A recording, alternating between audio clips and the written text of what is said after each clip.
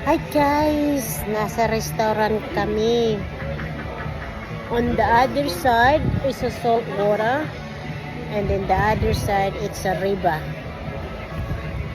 We are in the seafood restaurant. Excuse me. Pero kailangan lang mag-ingat dahil sa may kakagat sa'yo sa... yan na. May mga kumakagat ng mga iwan. Dahil nga sa tabi ng dagat. Sa tabi ng river. Kaya, meron medyo kumakagat-kagat. Ayan o.